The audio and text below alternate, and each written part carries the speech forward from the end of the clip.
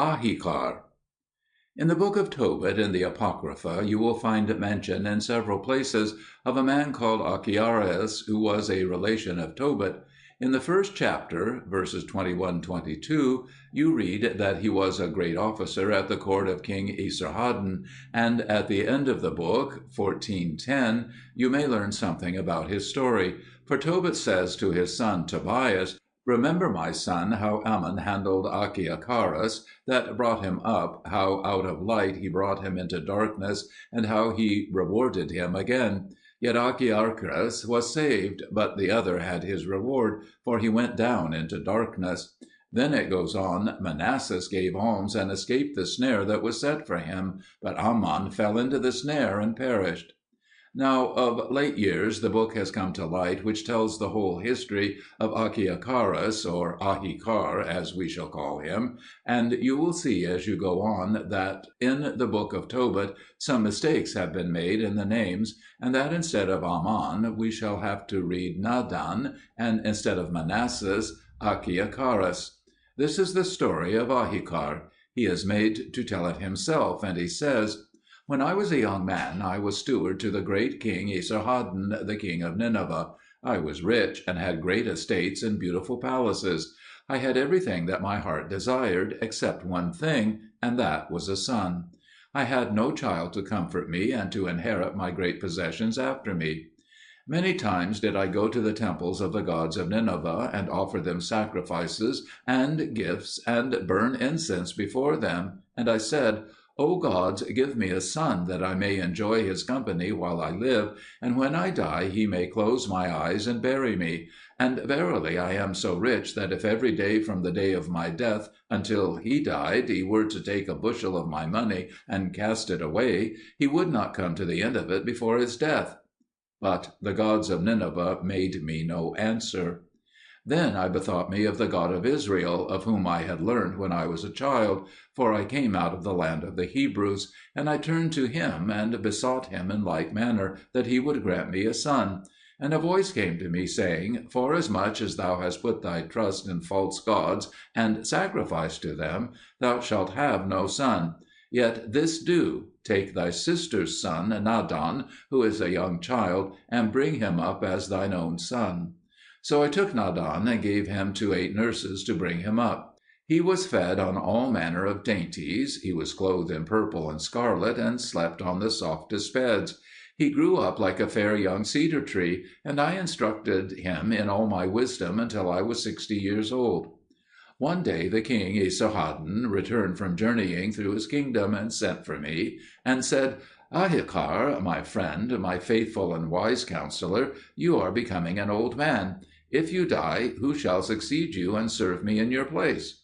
I answered, 'O king, live forever. There is with me the son of my sister, whom I have brought up as my own son, and have instructed him in all the ways of wisdom.' The king said, 'Go, bring him before me, and if I take pleasure in him, he shall serve me in your stead, and you can have rest from your labours, and joy and honour in your old age.' So I brought Adan to the king, and when the king saw him, he delighted in him, and said, 'The gods preserve you, my son.' And to me he said, 'As you have served me and my father Sennacherib, so shall this youth serve me, and I will honour him and promote him for your sake.' And I gave thanks to the king, and we went out, I and Adan, from his presence. And I took Adan home, and spoke to him in private, telling him how he should conduct himself, and of what men he ought to beware, and whom he should trust. All these precepts are written in the book of Ahikar, but they are not put down here. Now I hoped that Adan would pay heed to my words of instruction, but when the king had exalted him, and taken him to live at the palace with him, I was grieved to see that Adan began to become wasteful and unruly, and that if I had suffered him, he would have squandered my money and ill-treated my servants. I admonished him, therefore, but it was in vain. He said, 'My uncle Ahikar is getting old and timorous. His wisdom is failing him. One need not pay much heed to what he says.' And by degrees I saw that the king began to believe Adan, and that he no longer received me with such honour as in the old days, and this was a grief to me. Now, as I no longer had Nadan to live with me, I considered and took his younger brother Nebuzaradan into my house. But when Nadan heard of this, he was very angry, for he thought, "Is this old man going to leave all his possessions to my younger brother and turn me out?" So he began to think and plot how he might put me out of the way, and himself gain favour with the king. And at last he sat down and wrote certain letters. In the first he deceitfully imitated my handwriting and sealed it with my seal. It was written in my name to the king of Persia, saying, "From Ahikar, scribe and treasurer, to Isarhaddin, king of Assyria, greeting. As soon as thou hast received this letter, set forth with thine host, and come to the plain of the south on the 25th day of this month, and I will guide thee to Nineveh, and thou shalt take the city and possess the kingdom without any strife or battle." This letter he left lying in my chamber in the palace. The other was written to me in the king's name and sealed with his seal. To Ahikar from Isarhaddin a greeting. As soon as thou receivest this letter, assemble the army and go to the plain of the south on the 25th day of this month. And when thou shalt see me, range the troops as if for battle, and come quickly towards me. For I have the ambassadors of the king of Egypt with me, and I desire that they should see the might of my army. This letter Nadan sent to me, and I began to make preparations as it commanded me. Thereafter Nadan took the first letter, feigning to have found it in my chamber, and brought it to the king Isarhaddin. And when the king had read it, he was very angry, and said, "O ye gods, what have I done to Ahikar, that he should seek to betray me thus?" Nadan said, "Perhaps, my lord, it is a forgery. Be not too soon disturbed. Let us wait till the day appointed, and then go to the plain of the south. If Ahikar is not there, we shall know that the letter is not his. But if he is there, and armed men with him, I fear that he must indeed be conspiring against thee." And the king consented. On the 25th day of the month, therefore, the king and Nadan set forth and rode out to the plain of the south. And I, as I had been commanded, was there with the great army which I had gathered. And so soon as I saw the king and his train approaching, I drew up the soldiers in battle array and marched quickly towards him, and the soldiers waved their weapons and shouted, and there was a great noise. Then the king was very sorely troubled, for he was sure that I had rebelled against him. But Nadan said, "Go back, my lord king, to the palace.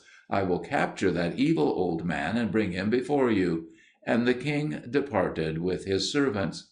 But Nadan rode up to me and said, "All that you have done is right and well performed.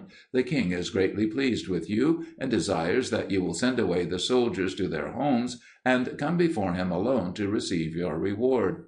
So we rode into the city, and he brought me into the palace, where the king was seated on his throne, and all his servants about him. And I perceived that the king was in displeasure, but I knew not why. Then he put into my hand the letter which was written in my name to the king of Persia, and said, "Read that letter." And when I had read it, my knees knocked against each other, and I was speechless. I sought for a word of wisdom, but I found none. Nadan cried aloud, "O wicked and foolish old man, come forth from the presence of the king, stretch out thy hands for the cords and thy feet for the fetters." And they bound me. Then the king Isarhaddin turned away his face from me, and spoke to Nebuchadnezzar, the chief of the executioners, who had been my friend, and said, "Take Ahikar, smite off his head, and remove it 100 ells from his body." And I fell on my face and said, "O king, live forever. It is thy will to slay me, yet I know that I have not sinned against thee. Now, my lord, I beseech thee, command that I may be slain before the door of my own house, and that my body may be given to my wife to be buried." And the king gave commandment accordingly. Now as they were taking me to my house, I sent a messenger before me to my wife Ashpenaz, who was a very wise woman. And she, when she heard what had happened, did not waste time in making lamentation, but hastened and prepared refreshment for Nebuchadnezzar and for the slaves that were his helpers. She came forth to meet them, and accompanied them into the house, and set food and wine before them. And the slaves drank of the wine till they were drunken, and fell into a deep sleep, every one in his place. Then I said to Nabushemak, "Do you remember how, when the father of the king delivered you to me to be put to death, I spared you, because I knew that you had not done that for which you were condemned? And how, when the king learned that you were guiltless, he took you into favour again, and rewarded me? Now I swear to you that I likewise have not conspired against King Isarhaddin, but I have been falsely accused. Save me, therefore. But lest the rumour should be spread abroad that I have not been put to death, do this. I have a prisoner in my house who is condemned justly to death. Take my clothes and put them upon him, and smite off his head. Behold, your servants are drunken and will perceive nothing, and I will be in hiding until the day when the truth is made known." And Nabushemak was glad, for he was my friend, and agreed. And it was done as I advised. The slaves took the prisoner and smote off his head, perceiving nothing, and gave his body to be buried instead of me. And it was published throughout all Nineveh and Assyria that Ahikar was dead. Then Nabushemak and my wife Ashphani made a hiding place in the ground. It was 4 cubits long, and 3 broad, and 5 in height, and it was covered with a stone. There they hid me, and gave me bread and water to eat secretly, and there I abode many days. But Esarhaddon was grieved in spirit, and said to Adan, "Go to the house of Ahikar, and celebrate his funeral, for he was thy uncle, and served me and my father faithfully for a long time." So Adan came to my house, but he did not celebrate my funeral. He gathered together strange men and women, and feasted with them, and sang, and drank, and was drunken. He mocked at my wife Ashphani, and as for my servants, who loved me and had been long in my house, he stripped them, and beat them, and ill-treated them, until I heard the voice of their weeping and crying in my hiding place, and I prayed the Most High to deliver us, and to reward Adan according to his works. 2. Now when Pharaoh king of Egypt heard that I, Ahikar, was dead, he was very glad, for he had always stood in awe of my wisdom. And he wrote a letter to Isarhaddin in these words: "Pharaoh king of Egypt, to Isarhaddin king of Assyria, greeting. I desire to build a castle between heaven and earth. Send me therefore a wise man to whom I may commit the business. If he accomplishes all that I require, and answers all my questions, I will send you by his hands the whole revenue of Egypt for 3 years. But if you cannot send me such a man, then you must send to me by my messenger the whole revenue of Assyria for 3 years. And if not, I shall come against you, and lay your land desolate. And so, farewell." When the letter was read before Esarhaddon, he called together his princes and counsellors and wise men, and said to them, "Which of you will go to Egypt and answer the questions of Pharaoh?" They said, "Lord and king, in the time of your father it was Ahikar the scribe who answered all hard questions and solved all difficulties. And behold, now you have with you his sister's son Adan, who has been instructed in his wisdom and can do all that you require." So the king turned to Adan and said, "Will you go to Egypt and answer Pharaoh?" But Adan said, "It is folly. The gods themselves could not build a castle between heaven and earth. How then should the children of men accomplish such a thing?"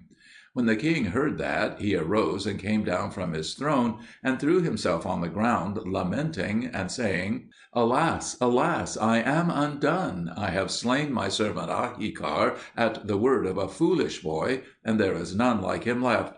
Who can give him back to me?"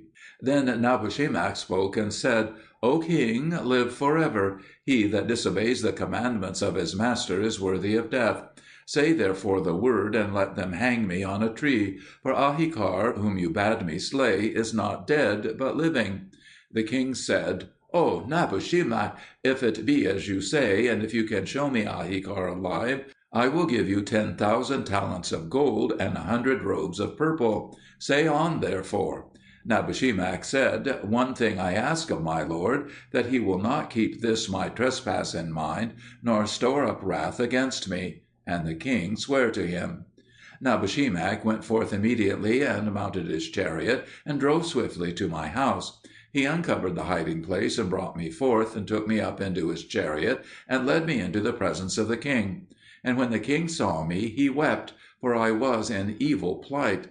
My hair was grown over my shoulders, and my beard reached down to my girdle. My body was foul with dirt, and my nails were as long as eagles' claws.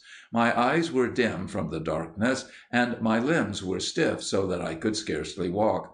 And the king said, "O Ahikar, it is not I that have brought this misery upon you, but he whom you have brought up as your own son." I answered, "O king, since my eyes have looked upon you, I have no more sorrow or pain." The king said, "Go to your house, bathe your body, and cut your hair. Refresh yourself, and take your rest for 40 days, then come back to me." And I did so. But after 20 days I had recovered my strength, and I went back to the king. Then he showed me the letter of the king of Egypt, saying, "Behold, Ahikar, the burden which they would lay upon me and upon my kingdom." And I answered, "O king, live forever. Trouble not yourself, nor be disquieted about this matter. I will go to Egypt and answer the hard questions, and I will bring back to you the revenues of Egypt for 3 years." So the king was comforted, and he rejoiced greatly, and made a feast and gave me rich presents.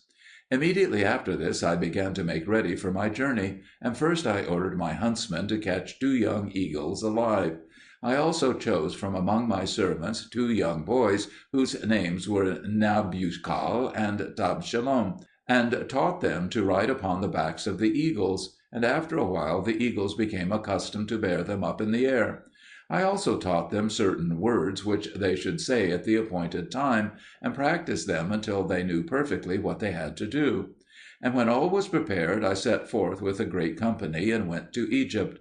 It was told Pharaoh that an embassy was come from Nineveh, and he sent for me, and when I appeared before him, he asked who I was, and I answered, "I am Abikam, one of the least of the servants of Isarhaddin." Pharaoh was displeased and said, "Am I then so much despised by your master that he sends me the least of his servants?" I said, "My lord Esarhaddon is so far exalted above his servants that in his sight the great and the small are all alike." He said, "Depart from my presence, and tomorrow come again to me." Then Pharaoh, who desired foolishly to make himself appear great in our eyes, arrayed himself in purple, and made his nobles put on scarlet and stand about him. And when I came into his presence, he asked me to what I compared him. I said, "My lord, you are like the god Bel, and your nobles are like his priests." And in like manner on the following days he dressed himself in various colours, and each day asked me what I should liken him to. And I said, "To the sun on one day, and to the moon on the next, and on the third day to the spring and the flowers of it." And he was greatly pleased, and said, "Abikam, you have compared me to the god Bel, and to the sun and the moon and the spring. Now tell me, to what do you liken your master Esarhaddon?" And I said, "I cannot tell you, O king, until you have risen from your throne." So Pharaoh stood up, and I said, "My lord Esarhaddon is like the great God of heaven in respect of you. He has dominion over the god Bel, he can forbid the sun to shine and the moon to rise, and he can lay waste the spring and all the flowers thereof." Then Pharaoh was displeased, and said, "I adjure you, by the life of your lord Esarhaddon, tell me what is your name in very deed." And I answered, "I am Ahikar the scribe, and the seal of Esarhaddon is in my keeping." Pharaoh was troubled when he learned that I was yet alive, and he sent me away, saying, "Tomorrow come to me and tell me a thing which neither I nor my nobles have ever heard." So I took thought and wrote in the name of Pharaoh a bond in which it was said that he owed to my lord Esarhaddon 900 talents of gold. And next day I brought it before Pharaoh, but before I had opened it, the nobles cried out, saying, "We know it of old, we know it well." Then said I, "Why, thank you for acknowledging the debt." And I gave the paper to the king, and he looked on it and said to them, "What? Do you acknowledge that I owe 900 talents of gold to Esarhaddon?" And they were confounded, and cried out again, "No, no, we have never heard of any such thing." So I said, "If it be so, I have done what you required." But Pharaoh said, "It is enough. I have sent for you to build me a castle between the earth and the heavens, even 1,000 cubits above the earth. Come forth into the plain tomorrow and accomplish this." And I said, Well, O king, and do you, for your part, bring masons and that which is necessary for building. So on the morrow a great multitude assembled to see how the matter would go. But I had my eagles and my boys in readiness, and when Pharaoh gave the word, I sent them up, the boys riding on the eagles. And when they were high up in the air, the boys called out, as I had taught them, Bring us mortar, lime, and stones, we are ready to begin the building. And the masons and all the people were amazed, gaping at the boys. And I fell upon the masons and beat them, saying, Why delay you? Make haste, give them what they ask for. And such like words, till they fled before me. And I said to Pharaoh, If your people refuse to do their part, how can I do mine? And Pharaoh and his nobles murmured, but they could not think of any answer. So Pharaoh said, It is enough. Leave the matter of the castle. I have other questions to ask you. On the morrow he called for me and said, I saw a great pillar built of 8,763 bricks, and about it are planted 12 cedars, and each has 30 branches, and on each branch are a black and a white mouse which gnaw it. I laughed and made answer, O king, there is not a child in the land of Assyria who could not interpret this riddle. The pillar is the year, the bricks are the hours, the cedars the months, their branches the days, and the black and white mice are the night and the day. Pharaoh's face fell, and he said, Well, but now I command you to plait me a rope out of the sand. I answered, Let them bring me a pattern out of your storehouse, O king, that I may have it to copy. And he said, You trifle with me, and unless you plait me such a rope, I will not pay you the revenues of Egypt. I went aside, therefore, and considered, and knowing that the Egyptians were foolish, I thought upon a plan. I got a mass of sand and put it in a chest, and made it run out through 2 pipes, so that when the sun shone upon it, it appeared like the strands of a rope. And I called to the king, Let your servants plait together the 2 strands of the rope which I have made, and when they have done so, I will make more. And again they were dismayed, and could say nothing. Lastly, Pharaoh showed me a millstone which was broken in 2 pieces, and said, Come, Ahikar, sew this together for me. But I took a small piece of a like stone, and said, O king, I have not my tools with me, but command your shoemaker to cut me a thread out of this piece of stone, and I will sew the millstone together forthwith. Then Pharaoh laughed and said, Well, Ahikar, it was on a good day for your lord that you were born. Come, I will make you a feast, and after that you shall return to your own land. So after certain days I departed, taking with me the revenues of Egypt for 3 years, and also the 900 talents which I had made Pharaoh acknowledge that he owed to my lord.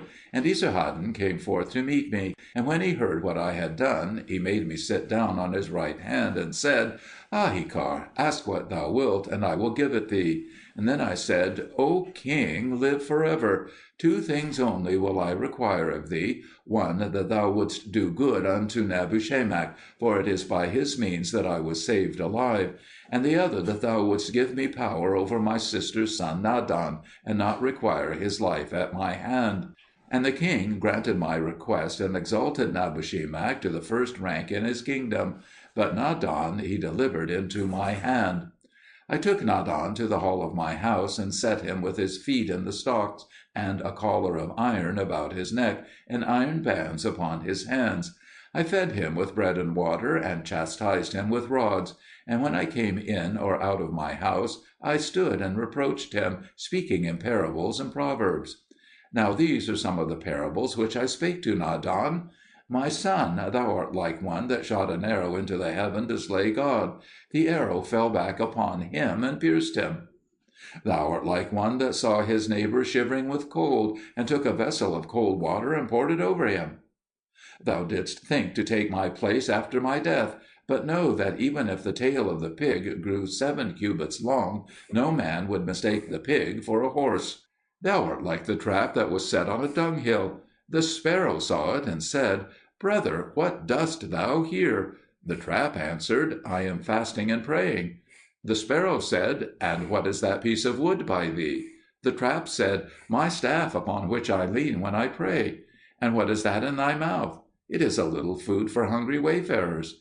Then said the sparrow, I am hungry and a wayfarer. Come hither then, said the trap, and fear nothing. But when the sparrow came, the trap caught it by the head, and the sparrow said, If these be thy fastings and prayers, God will not accept thy fasting, nor hearken to thy prayer. Thou art like the pig that went to the bath along with the nobles, and when it had bathed and come forth, it saw a pool of mud, and went and rolled therein. Hearken, a serpent was sleeping on a thorn bush, and a flood came and swept them both away. And a wolf saw them floating on the water, and said, There goes one evil upon another evil, and a third evil carrying them off. The serpent said, And dost thou bring back the kids and lambs to their mothers? Nay, said the wolf. The serpent said, I know not whether there is much to choose betwixt us. Thou art like the mole that came up out of the ground to curse God, because he had not given to it sharpness of sight, and the eagle saw it and carried it off. When men say to the wolf, Get away from the flock, he saith, Nay, but the dust thereof is healing to mine eyes. When they took him to the school, the teacher said, Say A. The wolf said, Lamb. Say B. He answered, Kid.